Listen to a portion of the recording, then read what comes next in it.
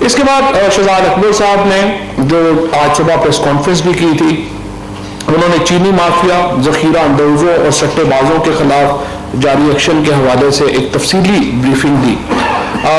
اس جو بریفنگ ہے اس کا جو چونکہ تفصیلات پہلے شہزاد اکبر دے چکے ہیں تو بہت تفصیل میں نہیں دوں گا، لیکن صرف اتنا ہے کہ تقریباً 11 کے قریب لوگ جو ہیں انہوں نے اریسٹ کیے ہیں، ان کا ریکارڈ جو ہے وہ سامنے آیا ہے، اور پتہ یہ چلا ہے کہ تمام ہی جو شوگر ملوں کا، یہ بڑے شوگر ملوں کا، یہاں پہ یہ بھی میں آپ کو بتا دوں کہ 45% جو پاکستان کی شوگر پروڈکشن ہے وہ 2 فیملیز کے پاس ہے، ایک زرداری صاحب کے پاس اور ایک نواز شریف صاحب کے پاس۔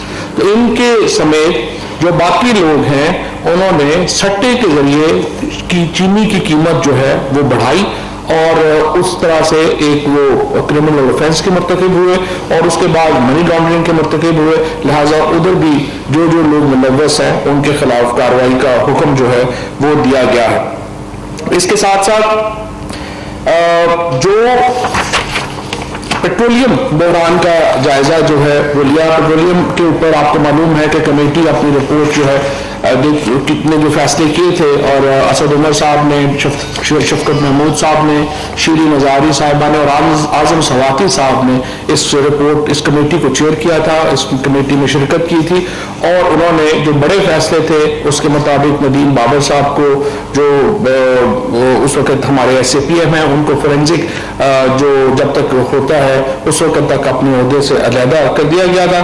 اب جو 3 بڑے ایکشنز ہیں اس میں ایڈمنسٹریٹو ایکشن شامل ہیں، کرمنل ایکشن شامل ہے اور لیجسلیٹو ایکشن شامل ہے۔ کمیٹی نے اس کی تفصیل جو ہے وہ دی ہے۔ اس کے مطابق جن کمپنیز نے 20 دن کا سٹاک جو قانوناً رکھنا ہے وہ نہیں رکھ سکیں، ان کے خلاف جو ہے وہ کارروائی ہوگی۔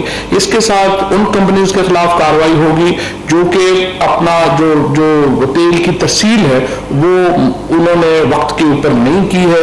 اس کے ساتھ ساتھ جو برتھنگ ہے، یعنی جو آ کر کے کراچی میں جب جہاز لگتے ہیں تو اس برتھنگ کا جو پروسیس ہے اس کو جو مینپولیٹ کیا جاتا ہے، یعنی جہاز کو آپ دور کھڑا کر دیں اور قیمت بڑھ جائے تو پھر واپس لے آئیں، اور قیمت زیادہ ہو تو اپنے جہاز کو پہلے لگوا لیں، یہ سارا جو ایک لوٹ مار مچی ہوئی ہے اس کے اوپر بھی کارروائی کا حکم دیا گیا ہے۔ اور اس کے بعد اوگرا لا جو ہے اس میں تبدیلیاں کی جائیں گی تاکہ جو پیٹرولیم منسٹری میں اور اوگرا میں ایک بیلنس جو ہے وہ کریٹ کیا جا سکے۔ اس کے ساتھ ساتھ جو ایڈمنسٹریٹو میئرز لیے گئے ہیں اس میں ڈائریکٹر جنرل آئل جو ہے ان کو آئیڈینٹیفائی کیا گیا تھا کہ اس میں جو آفیسرز ملوث ہیں ڈائریکٹریٹ جنرل کے آئل کے، ان کو جو ہے وہ ریموو کر دیا جائے گا۔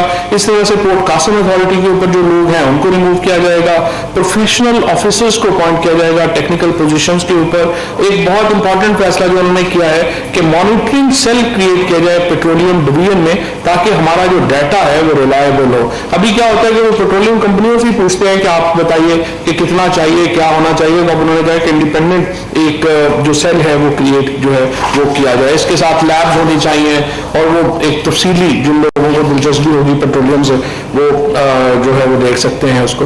پرائم منسٹر صاحب نے وزارت سائنس اور ٹیکنالوجی کی جو ای وی ایم مشینز ہیں ان کو بہت سراہا، اور انہوں نے یہ کہا ہے کہ کابینہ کو جو سمندر پار پاکستانیوں کو، اوورسیز پاکستانیز کو انتخابی عمل میں شراکت داری کے لیے اور ہمارے الیکشنز کو جو ای وی ایم کے اوپر اور الیکٹرانکس کے اوپر کنورٹ کرنے کے لیے اقدامات کرنے میں تیزی کرنی چاہیے، اور انشاءاللہ ہمیں امید یہ ہے کہ ہم ایک پروسیس کریٹ کر پائیں گے جس میں کشمیر کے الیکشنز کا ایک حصہ یقیناً ہم ای وی ایم کے اوپر ہماری کوشش ہے کہ ہم لا سکیں۔ اور ڈاکٹر بابر اعوان صاحب جو ہیں ان وہ پارلیمنٹری اس کمیٹی کے سربراہ ہیں، اور ان کے ساتھ مل کے ہم یہ ایک پورا جو، اور مجھے آج بڑی خوشی ہے کہ اسپیکر صاحب کی اور اپوزیشن رہنماؤں کی ملاقات ہوئی ہے، اور ہم چاہتے ہیں کہ یہ عمل آگے بڑھے اور اپوزیشن اس جو عمل ہے اس میں شامل ہو، اور تاکہ ہم تمام جو اسمبلی ہے اپوزیشن اور ہم مل کر کے ایک ایسا سسٹم کریٹ کر سکیں الیکشنز کا جس پہ سب کو اعتماد ہو۔ یہ نہ ہو کہ ہم جیتے لوگوں کہیں کہ یہ ہم نہیں مانتے اور وہ جیتے ہیں جو ہم کہیں ہم نہیں مانتے. سو بجائے اس کے کہ ہم ہر وقت اسی لڑائی میں بڑے رہے, ہم نے یہ پہلے بھی دعوت دی ہے اور پھر ہم نے دعوت دیتے ہیں کہ آج آئیے آگے بڑھتے ہیں. اور یہ پارلیمنٹری کمیٹی جو ہے اس کا یہی مقصد ہوگا کہ یہ تمام جو پارلیمنٹ کے اندر ایک کنسنسس کریٹ کر سکے اس زمن میں. سرکاری اداروں کے سربراہان کی تعیناتی میں اب تک کی پیش رفت کے اوپر بریفنگ دی گئی ہے. کابینہ کو بتایا گیا ہے کہ 29 مارچ 2021 تک کل 94 اسامیاں جو ہیں وہ خالی ہیں. ان میں 33 وہ ہیں جن کے حوالے سے تعیناتی کا عمل جاری ہے. 44 ایسی اسامیاں ہیں جہاں قوانین میں اصلاحات, ادارے کے انضمام یا کسی دوسری وجہ سے تعیناتیوں میں التوا. اس کے اوپر وزیر اعظم صاحب کو نے بڑے اپنے تعصف کا اظہار کیا ہے, افسوس کا اظہار کیا ہے کہ اتنی زیادہ اسامیاں جو ہیں وہ اب تک کیوں خالی ہیں. اور انہوں نے اگلی کابینہ میٹنگ میں منسٹرز کو اور سیکرٹریز کو کہا ہے کہ وہ اس حوالے سے اپنی جو وزارتیں ہیں ان کا جواب لے کے آئیں کہ یہ کیوں اتنا جو ہے وہ ابھی تک اتنی اسامیاں جو ہیں وہ کیوں خالی ہیں. آڈٹ اور اکاؤنٹ کے جو شعبہ ہے اس میں بہت بڑی ریفارمز اس حکومت نے انٹروڈیوس کرائی ہیں. اور پہلی بار جو ہمارا آڈٹ کا جو اس وقت نظام ہے وہ افیکٹو شروع ہوا ہے. اس میں جو SOEs ہیں ان کی آڈٹ رپورٹ پیش کی گئی اور پرائم منسٹر صاحب نے حکم دے دیا ہے کہ یہ SOE کی جو اسپیشل کمیٹی ہے کیبنٹ کی اس کے سامنے یہ رپورٹ جو ہے وہ رکھی جائے اور اس رپورٹ کو پھر ایک پورا تھورلی دیکھا جائے کہ کیسے اس میں جو ہماری جو اس وقت billions and billions of rupees جو ہیں وہ آپ کو پتہ ہے ہمارے اسٹیٹ اون انٹرپرائزز جو ہیں ان میں جا رہا ہے. تو وزیر اعظم نے کہا کہ ان کو دیکھا جائے کہ ہم اس کو کیسے ان کے جو آڈٹ کا نظام ہے اس کو کیسے بہتر کریں اور پھر اس کو ٹھوس سفارشات جو ہیں وہ کابینہ کے سامنے جو ہے وہ لائی جا سکے. چیئرمین PIACL بورڈ کا معاملہ جو ہے وہ 1 ہفتے کے لیے پینڈنگ کیا گیا ہے. اس طرح بندرگاہوں کے چارجز میں کمی کے لیے جو اب تک اقدامات تھے وہ بھی علی زیدی صاحب نے کہا ہے کہ وہ آخری 1 ہفتہ ہم کو چاہیے اس کو مکمل کرنے کے لیے, تو اس کو ایجنڈے کو جو ہے کیا گیا ہے. مسز کشور احسن کو پاکستان آرڈیننس فیکٹری میں ممبر پروڈکشن کوآرڈینیشن تعینات جو ہے وہ کیا گیا ہے. اسی طرح سے کابینہ نے ملکی معاشی ضروریات کے تحت وزارت خزانہ کی جانب سے فروری 2020 سے اٹھائے جانے والے مالی اقدامات کی منظوری دیتے ہوئے ان قرضوں پر حکومت پاکستان کی جانب سے ٹیکسوں کے نفاذ میں چھوٹ دینے کی بھی منظوری دی ہے.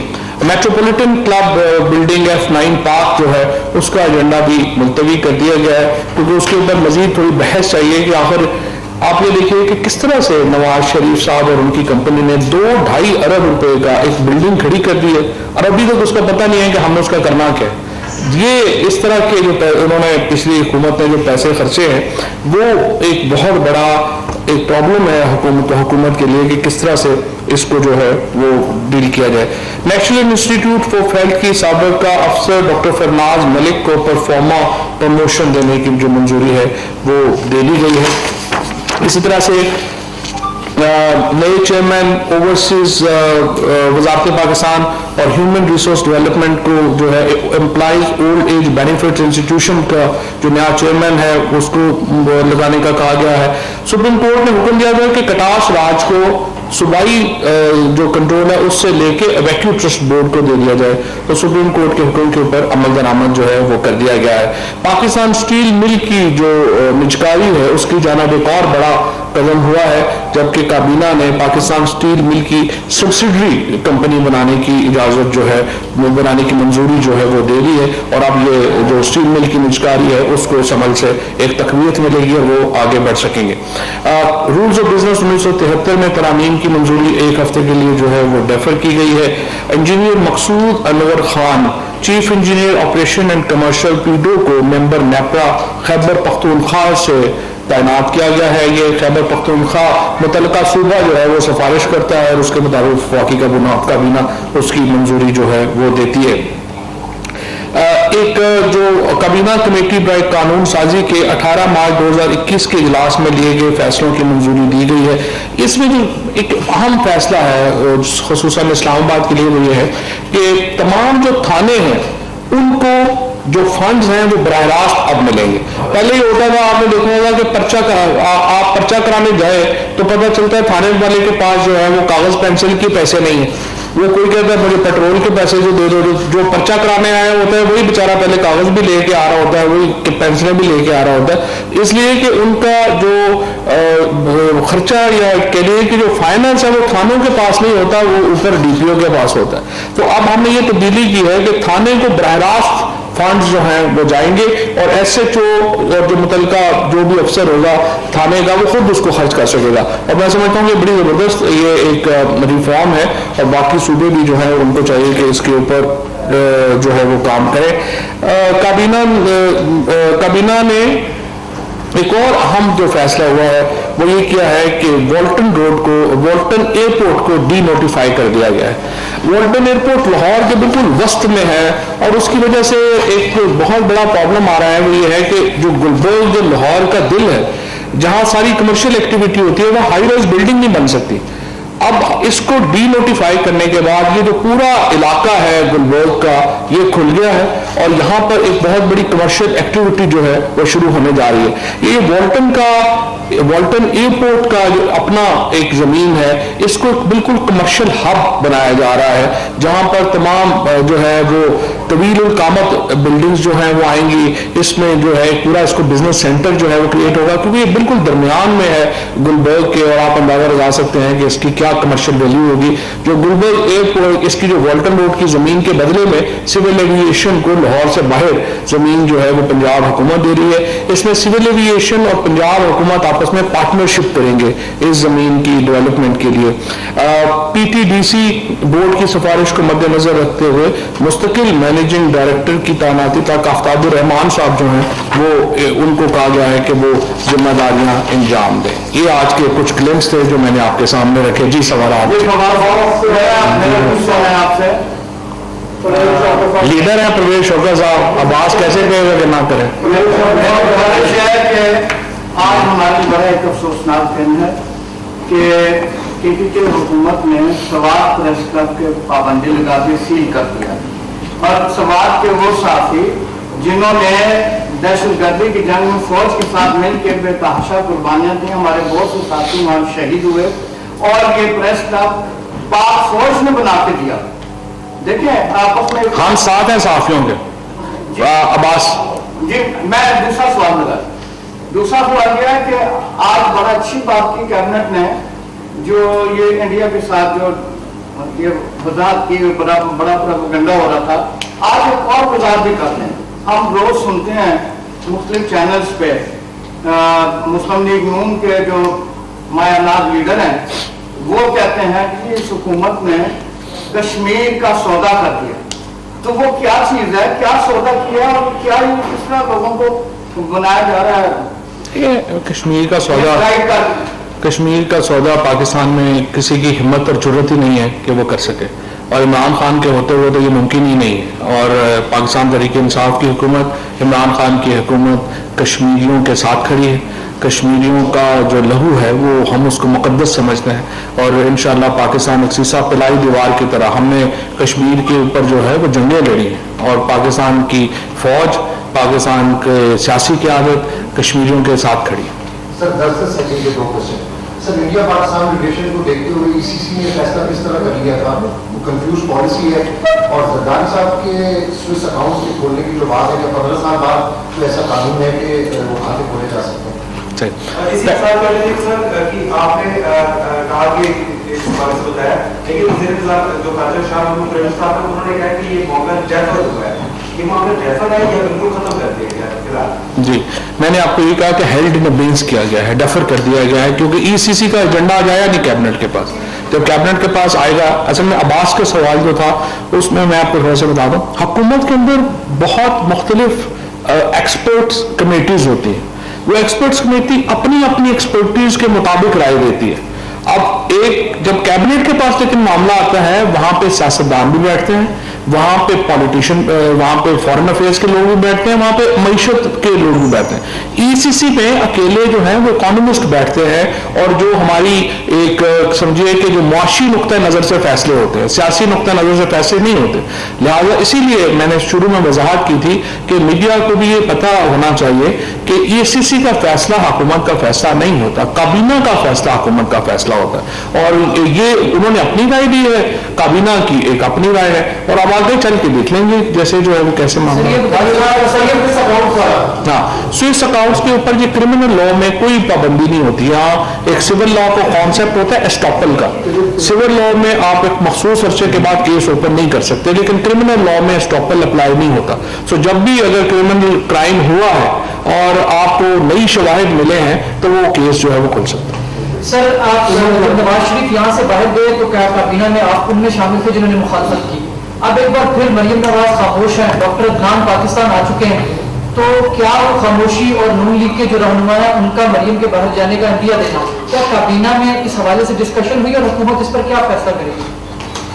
اللہ خیر ہی کرے, مریم نواز کی خاموشی کوئی اچھی بات تو نہیں ہے, تو لیکن امید ہے کہ کابینہ اس بار جو ہے وہ ہم جیسے لوگوں کی بات سن لے گی. نہیں, ابھی وہ کوئی ایسی ڈسکشن نہیں ہے. السلام علیکم جی, میرا نام صوفیہ ہے. تھینک یو سو مچ. سوال یہ ہے کہ آپ نے ویکسینیشن کے حوالے سے بات کی, تھوڑی سی کنفرمیشن ریکوائرڈ ہے کہ جو رشین ویکسین ہے کیا وہ پیورلی پرائیویٹ پرپز کے لیے استعمال کی جائے گی اور صرف چائنیز ویکسین ہوگی جو پاکستان میں لوگوں کو لگائی جائے گی, یا اس ویکسین کو بھی سرکاری طور پر استعمال کیا جائے گا؟ لیکن صوفیہ, مسئلہ یہ ہے کہ اویلیبل کیا ہے, اور جو اویلیبل ہے آپ نے وہی منگانا ہے نا. یہ فار ایگزامپل جو پرائیویٹ سیکٹر میں منگا رہے ہیں وہ تو ظاہر چند ہزاروں میں منگا رہے ہیں, تو وہ تو کوئی بھی منگا لیں گے, یا جو اویلیبل ہوگی وہ منگا لیں گے. حکومت تو لاکھوں میں منگوا رہی ہے. ابھی ہم نے 3 ملین منگائی ہے, 30 لاکھ منگائی ہے, ابھی تک 8-10 لاکھ لوگ جو ہیں وہ ویکسین لگوا بھی چکے ہیں پاکستان کے اندر.